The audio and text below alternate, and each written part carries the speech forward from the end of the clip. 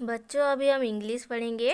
English का page number 35, use in and on.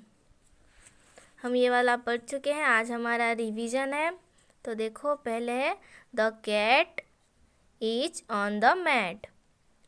On मतलब ऊपर, आपको तो मालूम होगा, और इन मतलब अंदर। जैसे कि ये कैट बैठी है ना मैट के ऊपर, the cat is on the mat. On मतलब ऊपर। The man is in the car. The man is in the car. देखो यहाँ पे एक लड़का बैठा है ना कार के अंदर, IN इन मतलब अंदर। The man is in the car.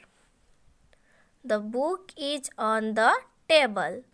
The book is on the table. Table के ऊपर, देखो यहाँ पे पिक्चर पे दिखाई दे रहा होगा आपको, ये एक बुक है, बुक टेबल के ऊपर है ना।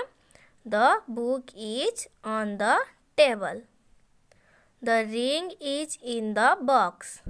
यहाँ पे एक रिंग है, देखो अंगूठी दिख रही है ना, वो बॉक्स के अंदर है, इसलिए हुआ the ring is in the box. The monkey is on the wall. The monkey is on the wall. Monkey बैठा है ना वॉल के ऊपर, the monkey is on the wall. The fish is in the pond.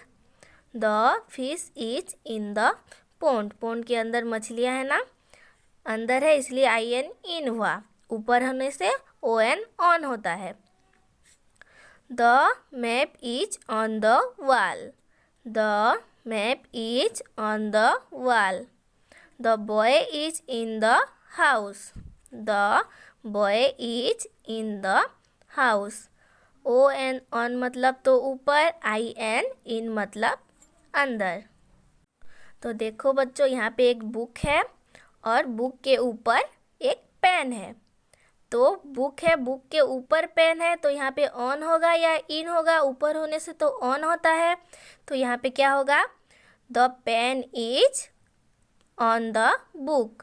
The pen is on the book. ऊपर होने से तो on होता है, तो यहाँ पे ऑन होगा ना, the pen is on the book होगा। तो देखो बच्चों, यहाँ पे एक टेबल है, टेबल के ऊपर बोतल है, तो यहाँ पे क्या लगेगा? ऑन होगा या इन होगा? ऊपर है इसलिए ON ऑन होगा ना। The bottle is on the table. The bottle is on the table. ऊपर होने से तो ऑन होता है, तो इसलिए यहाँ पे होगा the bottle is on the table. तो बच्चों, ऐसे ही आपको ऑन और इन का ये वाला चैप्टर अच्छे से रीडिंग करना है और अच्छे से समझना है।